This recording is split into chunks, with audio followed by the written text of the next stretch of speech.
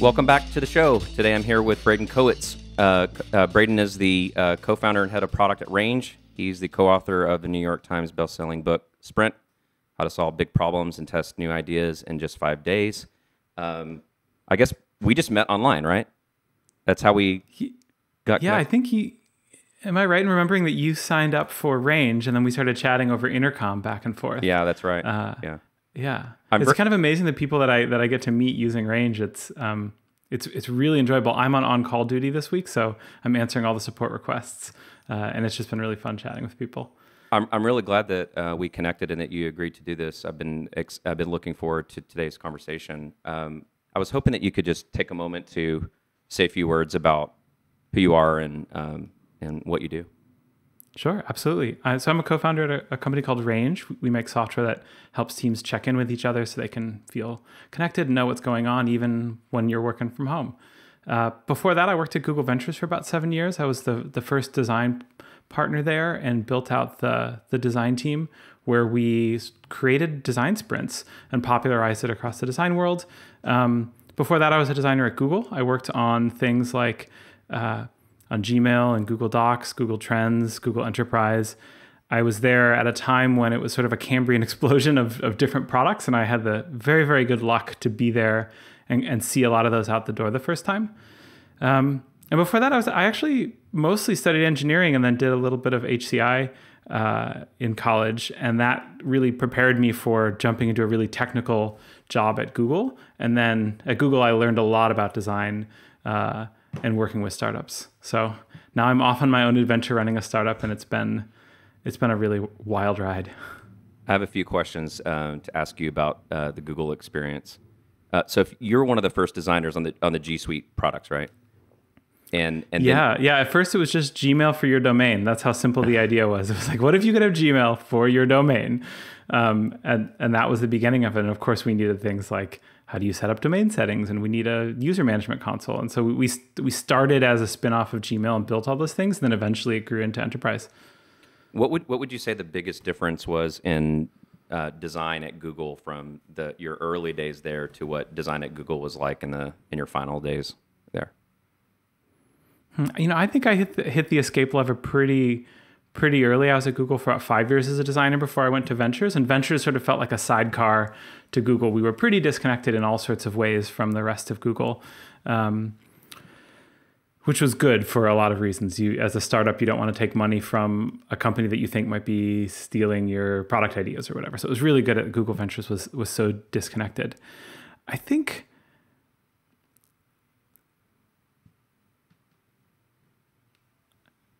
it's a really good question. I think one of the big things that's changed is that at the beginning, I think there was more appetite for chaos. That there was a lot, particularly in the world of apps. So like ads was making money, search was powering ads, and then apps was like the Wild West. It was go out and make tools that people want to use for the most part.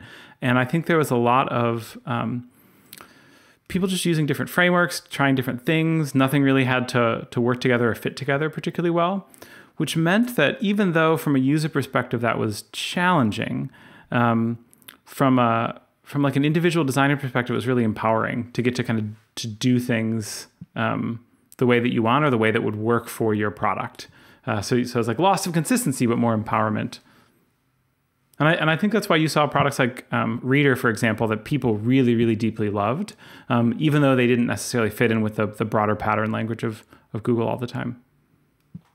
What was it like going from the transition from being a designer at Google to becoming a design partner at Google Ventures? And like, where did this idea come from? Like, how did you find yourself in that position? And could you talk a little bit about what that's like? Because I think a lot of people have questions. You see different venture capital groups sort of spinning up design capabilities in different ways that venture groups are doing this. But I've never really talked to anyone directly who's been a designer in residence in a venture group like that. So I was just curious if you could talk about that a little bit. Sure. Yeah. I mean, I completely lucked out on the whole thing. I had known some people at Google who went over and was on the early team of Google Ventures, and I was ready to do something else. I was ready to kind of move on from Google. It was clear to me that the type of like high level product design and strategy that I was interested in doing was not really on the table for designers at that time at Google. So it was time for me to move on. And I talked to the folks at Google Ventures and said, can I help out in any way? And they said, here's like our first 5 investments, go talk to them. And one was a little ad company. And I looked at their UI and I said, I think it might help you if your links were blue and maybe underlined. And then they called back and like, this guy's a genius. Our click-through rates are through the roof. So I got the job. And that was like the easiest advice I ever gave anyone.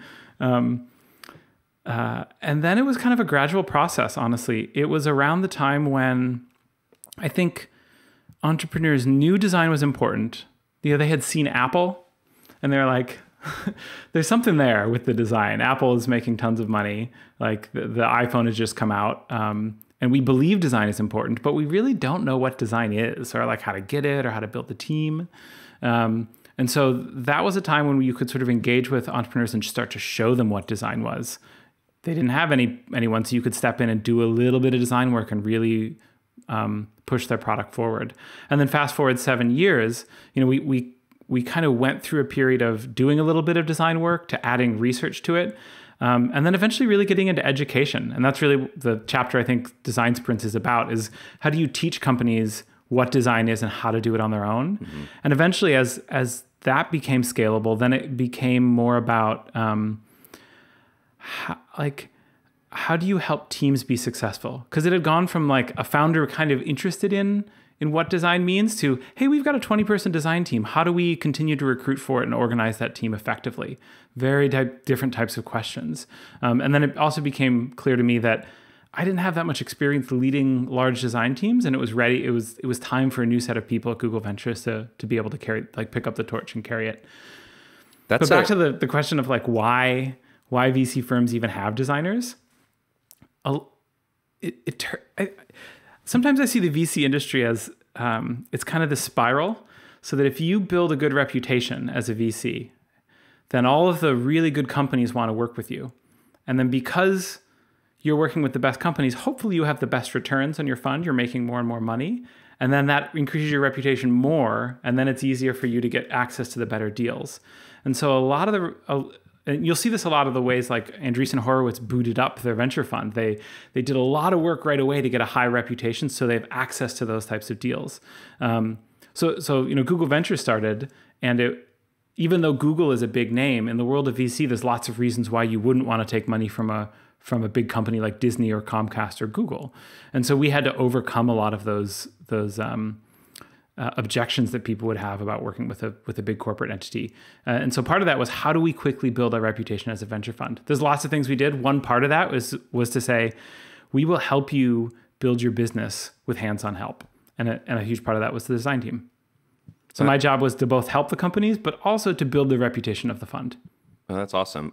One of the things that you said earlier, like really rings a bell with me, because I've been in the services world for 20 something years, but the services world is very different. Like the way that services groups work with tech companies, design teams or engineering teams at tech companies has changed quite a bit. It's more about like augmentation, building a team, and you may be signing on board for something that looks like doing a thing, but then there's all the other what's next stuff, the stuff that you're talking about, like, well, how do you sort of continuously augment a team's strengths and weaknesses over many years? How do you fill in those gaps? How do you build the team? And I'm starting to see that a lot of what design is, at least for us right now, is that other stuff, not just the designing of the thing, but like the consulting and the coaching on design operations and culture.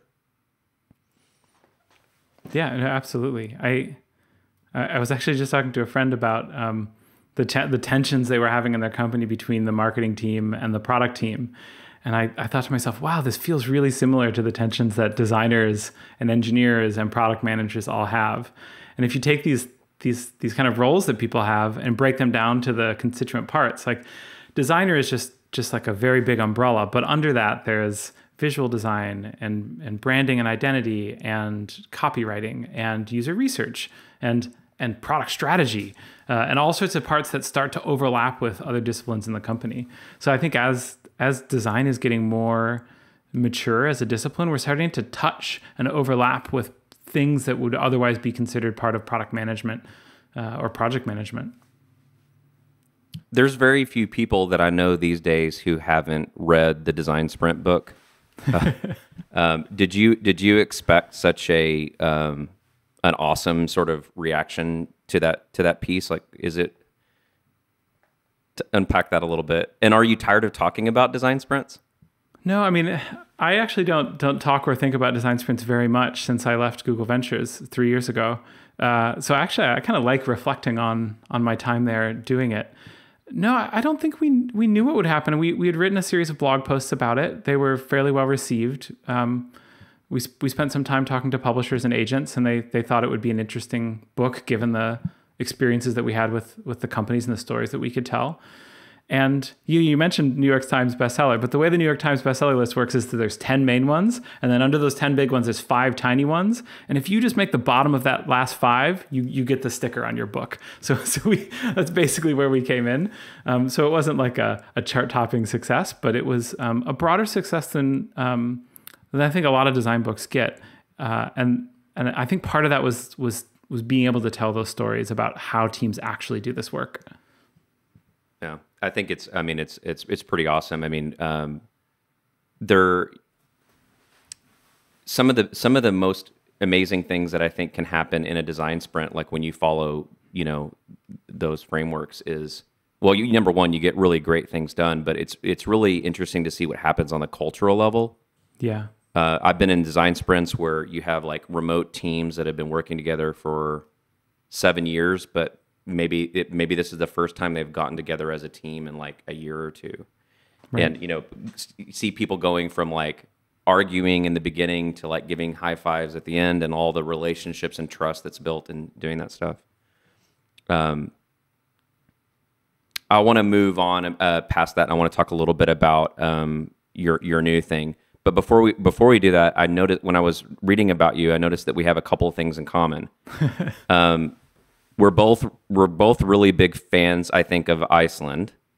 Oh, yeah. And we were both at Slush Conference 2016. Oh. Which means we probably both know Yuri Engstrom, but I'm not. Oh yeah, I'm I know not sure. Yuri. Okay. Yeah. I think Google acquired his startup and then didn't back it well enough. And it was at a moment where it could have been a real strong competitor to Twitter, and it never happened. And so I remember talking with him about that whole experience way back in the Web 2.0 days.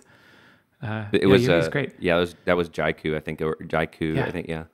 What do you do? You go to Iceland often? No, I've only been there once. I really enjoyed it. It's this weird. Well, first of all, the ponies are amazing, and the sheep that like run out into the road. Yeah. But it's this weird. I don't hang out in volcanic areas very much. And so just being around places like that feels a bit magical, like something out of a fairy tale book. It really does. And I love hiking. And so there was just great hiking and outdoors. Well, I'm trying to get one of my best friend is a designer in Iceland. He used to be the head of design at Iceland Airlines. And he and I have been working together to try to create this sort of off-site thing for design people in Iceland. I'm trying to get him to coordinate something. Maybe I'll let you know about that if that ever comes to fruition. Please do. All right, let's talk about range. It's been a bit since we talked about it. So unpack range. Like what is range? Like what does it do for people? How did you come up with this idea? And what are your biggest challenges right now? Yeah, I mean, we started thinking about how we make teams more successful. I had seen a lot of startups go through growing pains as they grew from just a couple people in a room to a much larger company. And Dan, who I worked with on Gmail, and then he led engineering at Medium, had also experienced what it's like to lead large teams and some of the challenges that exist there. So we both wanted to, essentially build a company around supporting teams and helping them be more successful at the broad level. And then Jennifer Dennard is our third co-founder, and she has a deep background in organizational psychology. So all of that together gave us this team that could really attack that problem. And my experience at Google Ventures had been that, like, whatever problem that you pick up as a founder, you really have to want to do for a long time. Like someone told me once, whoever your customers are, you're gonna have to like you're going to have to get in their head and live in their head to understand what they need out of the product. So it better be a customer, like it better be a head you want to live inside. And so when I thought about like the communication challenges that teams face, like how people work together and how messy and interesting that is, that's a problem I can work on for a decade and feel like I've learned a ton and helped the world. So it was kind of an easy thing to jump into. In terms of where Range starts, is we started with the kind of the simple idea of a check-in. So most people have heard of stand-ups. If you're an engineer, if you worked with engineers, you know people get together once a day and kind of share what they're doing, what they plan to do.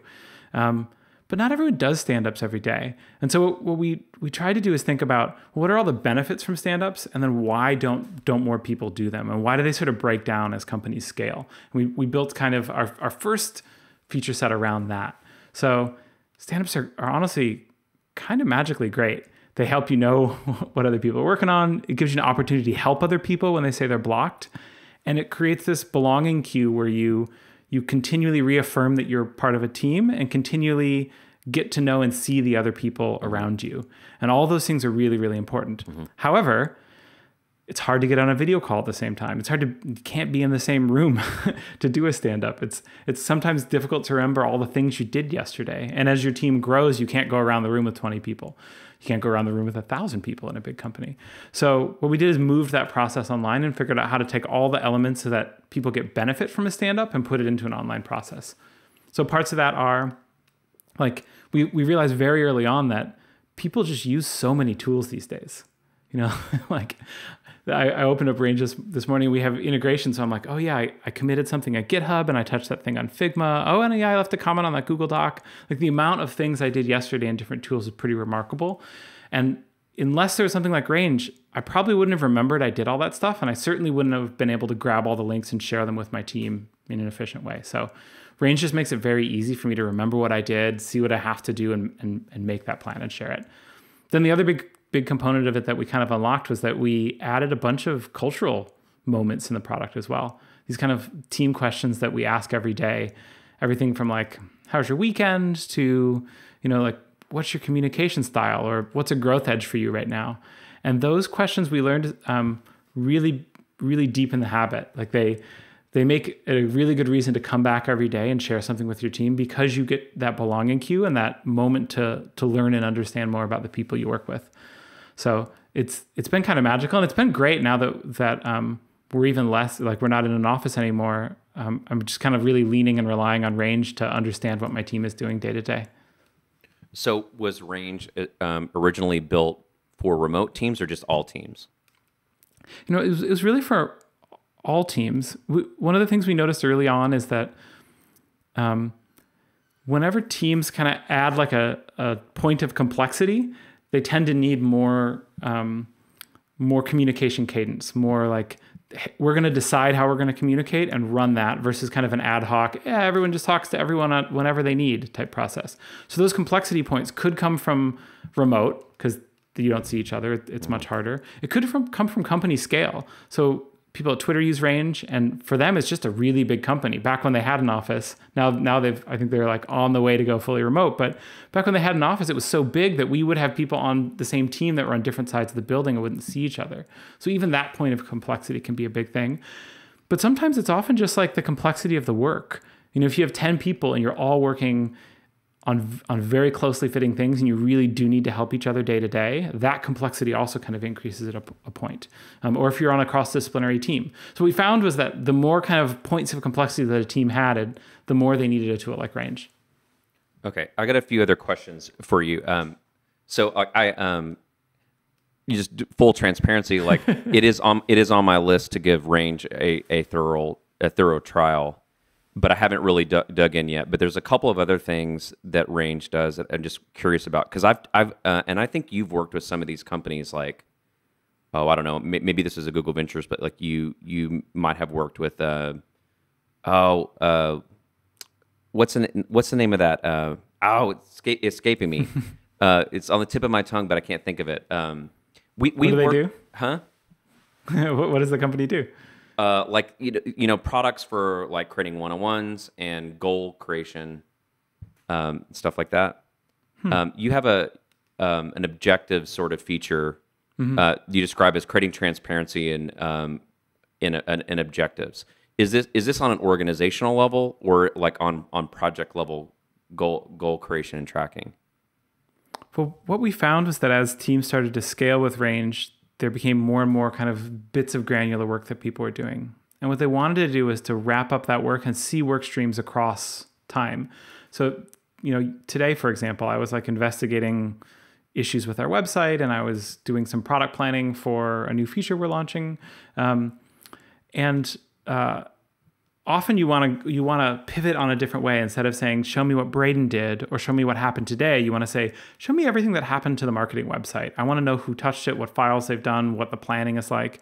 And so to do that, we started adding hashtags into Range. And then it became very clear that those hashtags were really more like work streams. And those work streams are often very much tied to objectives. So it really came out of this idea of how do we group together the work that's happening in a way that makes it easy to see. And so one of the things as we started to look at the market and talk to people who had used like full feature objective tools for their company, they'll tell you two things. One, that it creates transparency around your org because all your objectives are on the same place. And that's mostly true. If you just take some time and you put your objectives in a Google Doc and you give everyone access to them, like, yeah, it creates transparency. But the other thing that objective tools are typically sold for is that they'll say, as a manager, you're typically wondering like, what is going on with that project? It's like, I know people are working on it, but what are they doing? I really don't have good insight into it. And so the hope with objective tools is that if you set up all this tooling, you'll be able to actually see what's going on. And they try to solve that problem from the top down, where they're like, put in these objectives and then kind of nag all your team to put in data into it, which is very hard and very few people do. Instead, we flip that on its edge. And we knew we wanted to get up to a point where we could really create transparency and kind of aggregate meaning for an organization. But in order to do that, we need everyone in the organization to do something and be engaged. And so we knew that we had to start with a product that helps individuals plan their day, help individuals feel connected to their team, but also starts to create value for the managers who are wondering, what is my team doing? I don't want to micromanage, but I kind of feel like I should know what people are doing, all the way up to executives and being able to track, hey, what is happening with the marketing website? What's happening next? Who's working on it? So we're kind of working at objectives from the other direction. How do we make a really, really great experience for individuals and then eventually build up to something that works for the whole organization? Do you have many agencies that are using Range? I don't know. There's a lot of organizations, and I've taken a little bit of a step away from the customer side to focus more on product and marketing. So yeah, I don't know offhand. Yeah, I think agencies are interested in these kinds of things because, like, for companies like ours, agencies are different. We talked about that earlier. So agencies today seem to be more like a bridge between like agency and in-house. So we're trying to like adopt cultures and methodologies and tools and tooling that all the different companies and in engineering orgs and design orgs we touch are, but also like maintain our own culture and our own process. And it's kind of difficult because you can imagine just the sheer volume of all the different like tools and cadences and processes and stuff. And it's been kind of hard for us to find things that like help us do stuff. Yeah. Do you have to work with sort of multiple teams at the same time, all using their own sets of tools and cadences and everything, and then communicate out what you're doing? Yeah, I mean, so we have a 22-person design team, so we can support something like 8 different, up to 8 different, accounts, and those accounts could be, most of them are very big design or engineering organizations. So, it takes a long period of time just to like onboard into their environments, and sometimes that means like quite literally like getting computers and security clearance and sometimes training, but also onboarding into like whatever tooling they're used, and it could be a completely different scenario on the other side. So you have like all these different like in our organization, you might have like you have our culture, and then you have like the cultures of like 6 or 8 different enterprise tech groups like orbiting around that. And this is something that I think about a lot because I believe that if you want to do deep work with people, you need to understand their environment, their methodologies, their culture, and work the best with it. But you also have to maintain your own identity, which is Yeah. kind of the tough part, especially now when things are remote. Because when you have the benefit of the studio, you're around like potentially a bunch of people. When you're working from home, you might just be like, you're a consultant and you're working with that one client. And so the culture seesaw changes dramatically, which is like probably the number one thing we're trying to solve right now. I'm curious how you're thinking about solving that. The like you're all in the office and you can kind of feel like you're stuck for a moment and go ask someone for some feedback on something. That it strikes me that the friction of that when you're remote is much harder. To ping someone on Slack and say, hey, can you fix your hair and get on a video call? I have a question. It just seems like a much harder lift than saying like, hey, Ash, can you help me with this thing? So how are you thinking through that? Well, I mean, right. I mean, this is still pretty early. So I feel like right now what I've kind of been in is like research mode, right? Like what are the, like, let's look at the specific things with these teams. Like, is it a team that's just in the Bay Area? Is it a team that's like in the Bay Area and in Europe? And how are they working? Like, how is that affecting our team? Like, how can we, but I am noticing that that just the sheer fact of working remote has like made a big impact on some people, right? Because like I think there is a perception sometimes that when you're around a bunch of people that you're actually with a group of people, and yeah, you can get that insight or critique or whatever, but without that, like unless it is like proactive, it's missing. Right. So yes. I've been on the line of like trying to figure out like how, like, should I be trying to create introducing new tools and new cadences and new cultural cadences to replicate what we used to have in the studio, or should I let that happen organically? I'm worried about some of these things, but I don't know. Like, honestly, short story, this is the first time that I've ever managed a team this large. Yeah. And so I don't really, I don't want to be the person that's saying, oh, we're going to do critiques every other day, or we're going to do this or that, Right. I don't want to enforce things, but at some part of me knows. You also don't want to be a laissez-faire manager who's you don't want to be dictatorial and say you have to do this thing, but you also don't want to say, well, I'm going to give away all of my authority and say it's not my job. You have to find the middle way. Yeah. I mean, one of the things in this broader theme of how do you guide teams while not being directive all the time, I found it helpful to put rules into place temporarily and then back up and then ask the team what that experience was like and use that feedback to guide.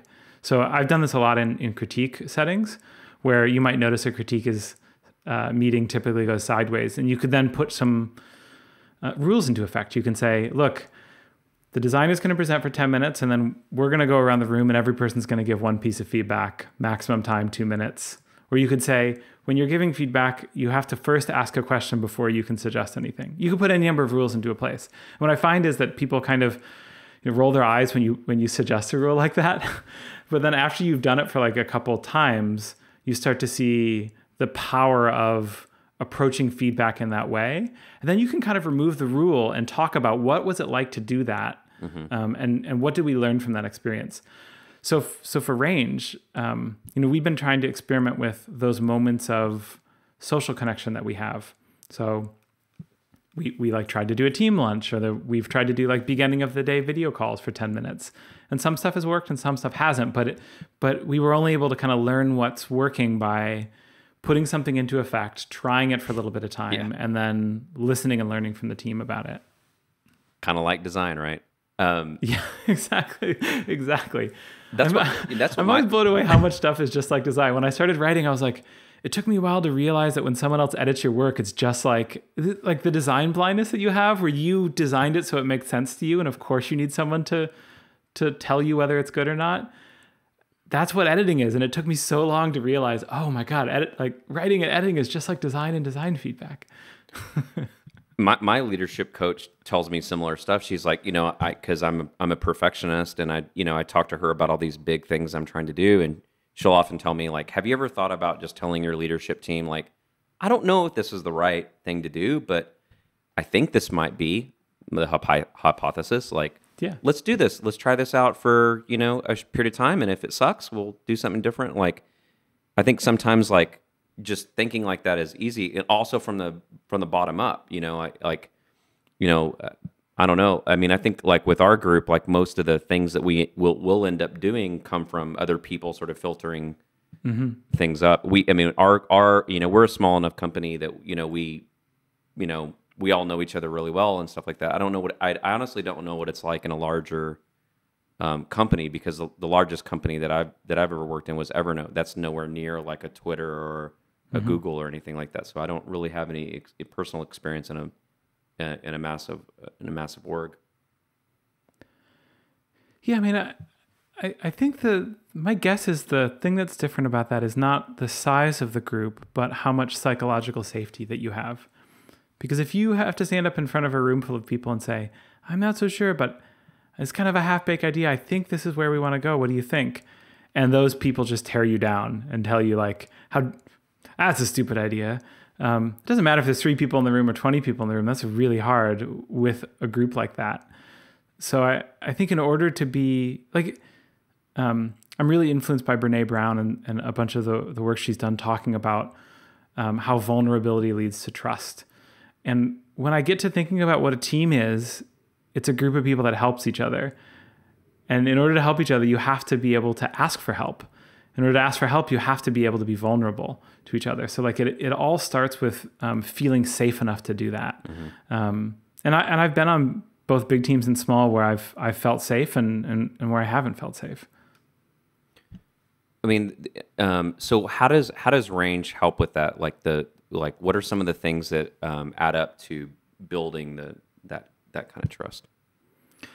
I think a lot of it goes to the team questions that we added to that daily check-in routine.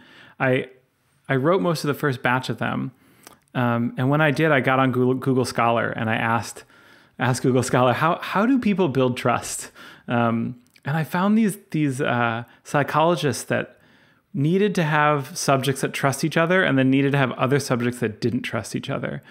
And then they needed a protocol for building trust quickly between two individuals in a way that they could prove was real. So I was like, I've hit pay dirt. Well, tell me about this research. And essentially what they did is they asked 2 people to ask each other questions that required greater and greater levels of vulnerability to answer.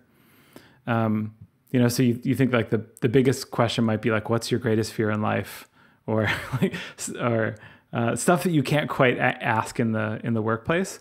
But starting very simply. So we wrote a bunch of questions that covered workplace topics, that covered things like communication style, but then also were kind of modeled after a workout, honestly, where you like start easy and then you ramp up and you have a recovery day. Maybe there's an interval where you work really hard and kind of build up that vulnerability over time with your team. And that has been a big breakthrough. Like, I mean, people, even on our team, it helps us talk about things that otherwise would be hard to talk about. Are these things that are shared with the whole group? Yeah. They're questions that are shared with the team. They're optional, but most people fill them out, which is kind of remarkable. That's interesting. There was a company that was a spin out of Basecamp that did something similar, but I think it was for managers to sort of go top down and ask their people questions. We tried that. Not many people did that. Because if it feels like it's for your manager or it's some reporting or surveillance thing, it like feels icky. It has to be like, this is what I use to connect with my team. That's why I do it. So I know the people that I'm working with, which gives me value. That thing right there in itself seems like one of the answers to the problems that we have, because that would happen organically in the studio when people are just like connecting at the coffee machine or, having happy hour, or even if they weren't working on the same stuff. And, even during this pandemic, we've been hiring, and some of these people have no idea, like, the deep history. We have people on our team that have been with us for, 3 to 7 years. It seems like something like that would be really awesome. Yeah. it was interesting. It was a feature that people liked so much in Range that in the early days, we wondered, is this just our whole product? Should we just ditch everything else and just do these kind of like team bonding things? So we did a bunch of research and talked to people, and we said, if this was the whole product, would you use it? And they essentially, a lot of them said no, like it would just feel too fluffy, basically, just to do like a team bonding thing. And some of them said, like, we tried other products that just did that, but it didn't stick with the team. And so I think there is something magical when work and culture touch each other in the same space. Like, I mean, that was our takeaway for the product. But now that we've gone remote and we're trying to build these moments into our workplace, we're kind of discovering the same thing even within our company. So, for example, we have our Monday cycle start meeting where we talk about all of our goals and what's happening, and it's very, business. And then we've got our, Tuesday morning, let's check in for 10 minutes and see each other socially. And it's all kind of fluffy and fun and nice to see the people that you work with. But both of them kind of felt empty. And then so we started experimenting with doing our work and then taking 10 minutes at the end of the work to like play a video game or something like that.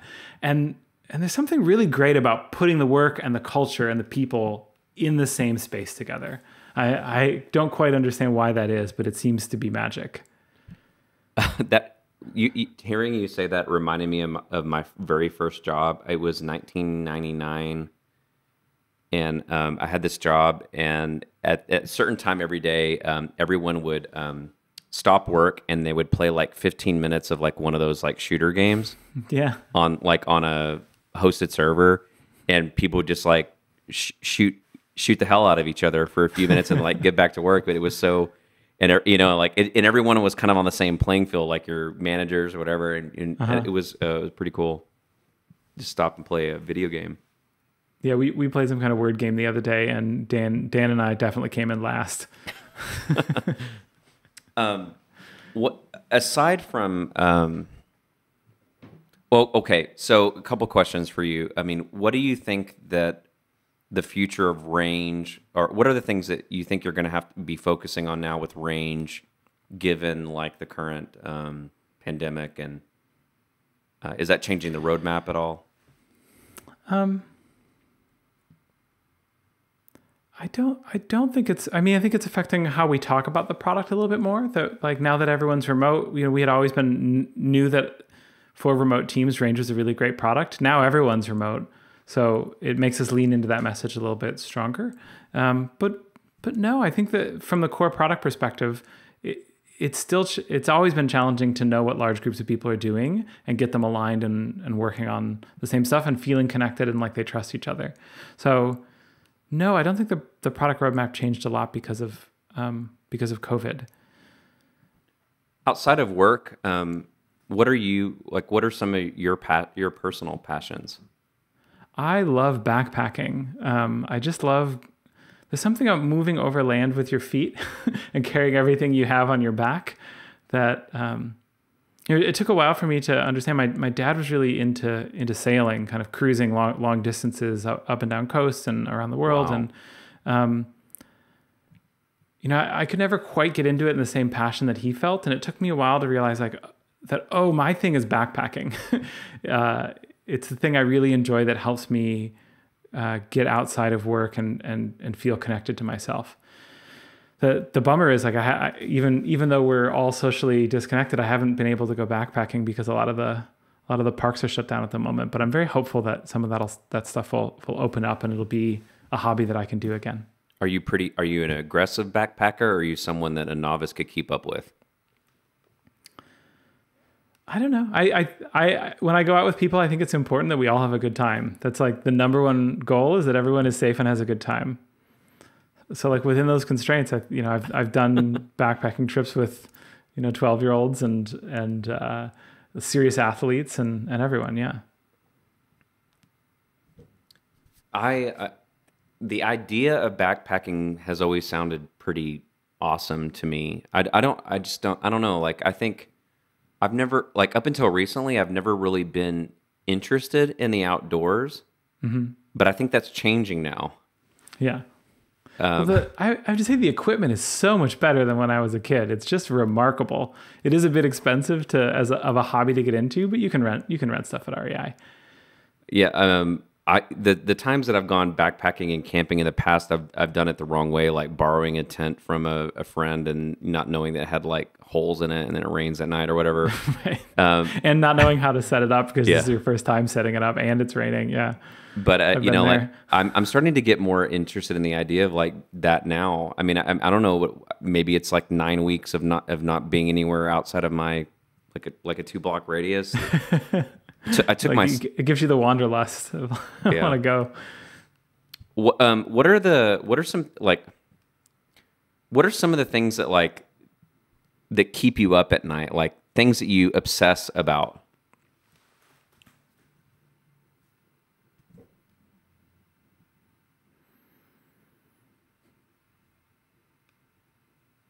Yeah, I mean, lately I've been thinking a lot about the different ways we make our product better, particularly around quality. I mean, I think it's always tough as a small company to keep up, honestly, and to do a lot with a small team. And so, really staying focused on quality has been the thing I've been thinking about a lot. Yeah, as a founder, the thing that's been most challenging to me actually is jumping between different levels of abstraction so quickly. Like, oh no, this build is broken, jump down and like look at a bug quickly. Oh, okay, jump back up and have a strategic discussion about, how we're going to position the company. Okay, jump down to the middle and have like a collaborative session with engineers about a feature that's being built. It is a bit of a whiplash to kind of go between all those levels and stay centered and focused and keep your own energy up while you're doing all that stuff. But overall, I've just been trying to focus on the journey. It has been such a wild ride doing a startup, and I'm very grateful for all the things I've learned along the way. What are some of those things that might be worth sharing for other designers that are on the fence or that may be about to embark on creating their own company? Yeah, I mean, the first thing is, as a designer, that will be a very small portion of your job. It's one of these weird things when you start a new thing, like there are so many other skills and things that need to be done. I mean, this as a CEO of an agency, there's finance, there's HR, there's all sorts of elements of it. And because you don't know all those other elements, maybe you're not as great at marketing or PR. Like, those things will take you longer because you're not as good at them. And your design stuff is so good, you can kind of whip through projects very quickly.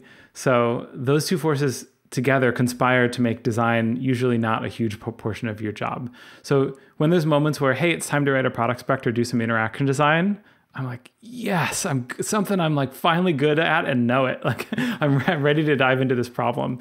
But the world of starting a company is often learning new things. Learning new things is often not comfortable, right? You have to be pushed outside of your comfort zone often to learn at a fast pace. And I feel like there's lots of environments that will do that. Startups are definitely one of them. What do you think would be different for you in this company if you hadn't had the experience at working at Google Ventures and advising startups? Well, first, I don't know if we would have gotten off the ground as easily. It's a tremendous privilege to, have come from a place like Google, have been in the world of venture capital, have seen how companies pitch, and then be able to use all of that knowledge to go and raise money. It's just been a tremendous privilege. So I'm very grateful for that. I think the other things that I'm very grateful for is my co-founders, Dan and Jen, just know a lot about building team culture and running teams. And so they always seem to be one step ahead of me with wherever our team growth is going or our operations as a team. Right when they suggest something and I think, that seems like something that we need to do a little bit later in our scale, we do it. And then I'm really thankful about a month later that we did that. So I've just learned a ton from them about leading teams. What else would be different? I mean, one of the things I kind of knew in advance, but didn't really bake into the wisdom was how important acquisition is to startups.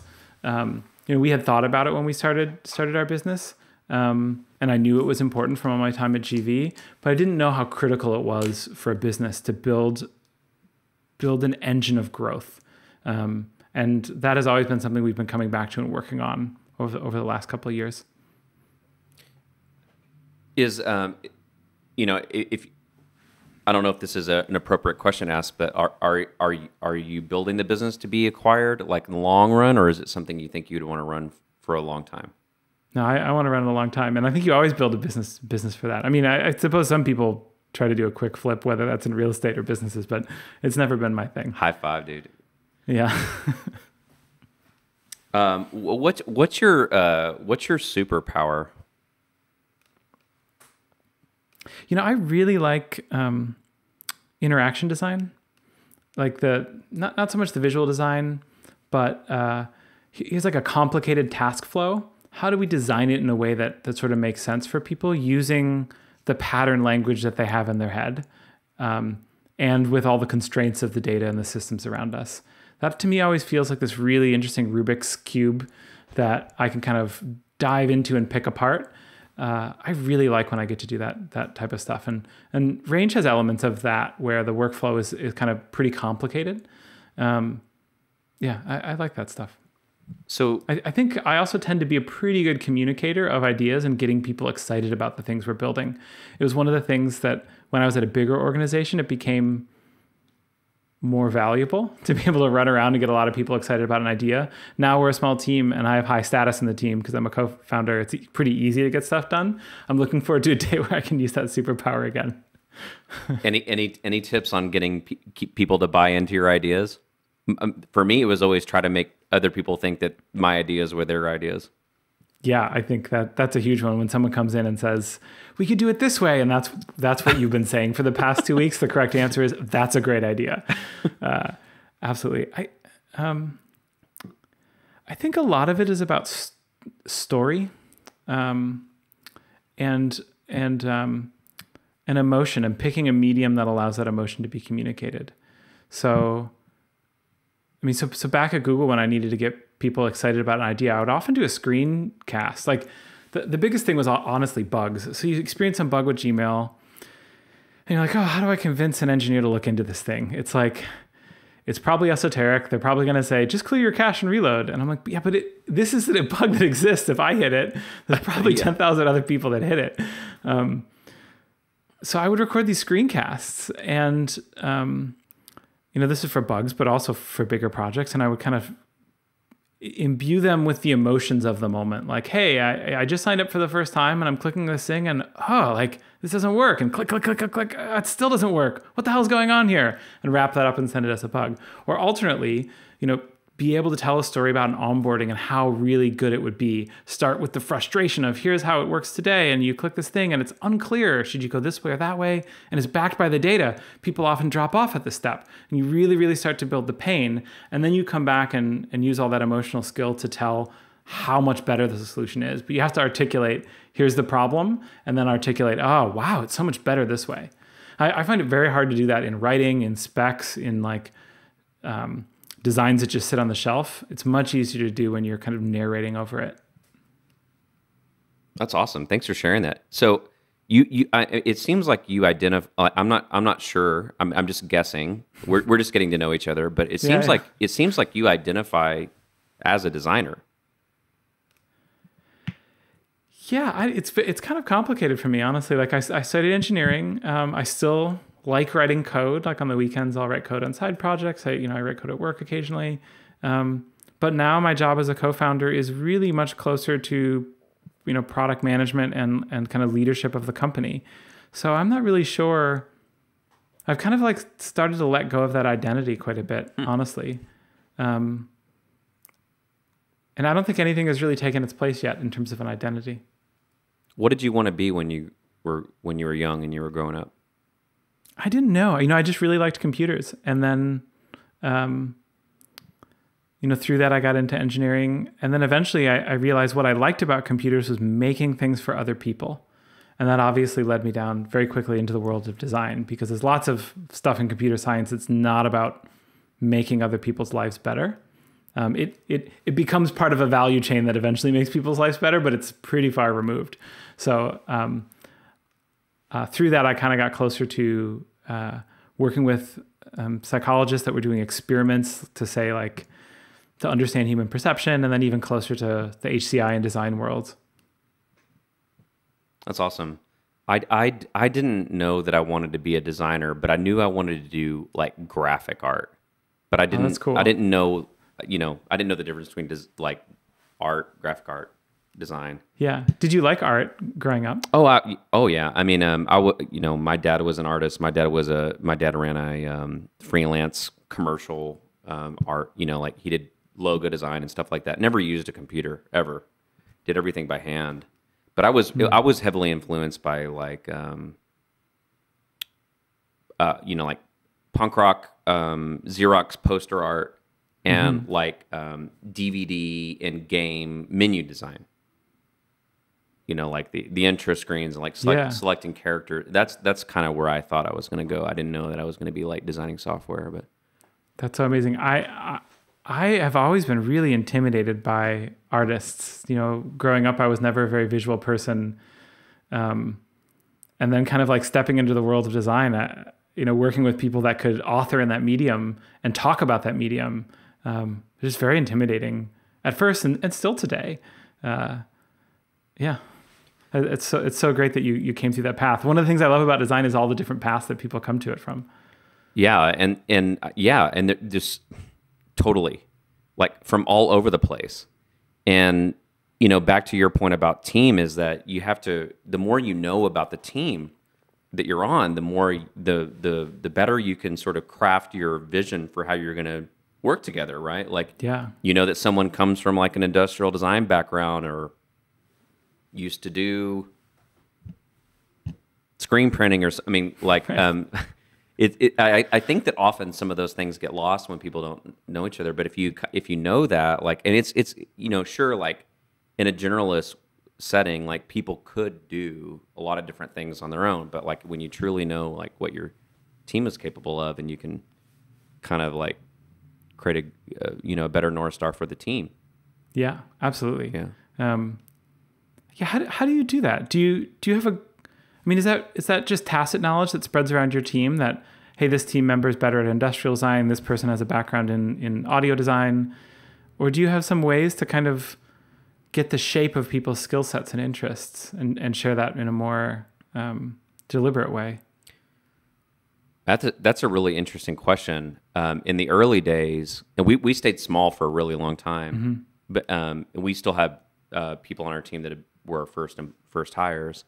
In the early days, when we would interview people, we would all go through that process together. Like we would meet people, we'd do the next step, like a coffee or happy hour or whatever, and we would take those things and calculate that and be like, what would this bring to the team, right? Like, oh, this person used to be an architect. Oh shit, okay, well, yeah, that's great. Like like we can I don't think that I think that the people that have that knowledge right now are just a few people. Me, my wife, who's my business partner, and maybe our design manager, Ethan. But that could be a really interesting thing just to have for everyone, right? Like, even if it's just like a Notion page or something that just like shows that, because I don't think that everyone understands that, and it could be really interesting not only like when you're working together with a team, but like when you're exploring other like projects and stuff. I don't know. I never thought about that, but that could be really cool. Yeah. We have like team manuals. So like there's a Braden manual, and if you work with me, you can open it up and learn a little bit about my day. But I should probably put more stuff in there about kind of my interests and skill sets and where I feel strong and where I want to grow and stuff that I would like to avoid. You have a Braden manual that your coworkers can access? Yeah, we all wrote a manual on how we work and how we like to work. Interesting. Yeah. Hey, I hate to break this up, but I realize I have another meeting that I've kept you over time. I appreciate you making time today. No worries. Do you want to quickly let people know how to follow you or connect with you or learn about Range? Yeah, absolutely. And the best thing to do is go to range.co, and our blog is there. We talk a lot about teams and culture. And yeah, you can check out the product if you're interested. Thanks, Braden. Thanks. Sorry for making you go over time. Yeah, no worries at all. I enjoyed it. Thanks. Cheers. Thanks so much for the conversation. It's a pleasure. See you next time on the podcast. Bye.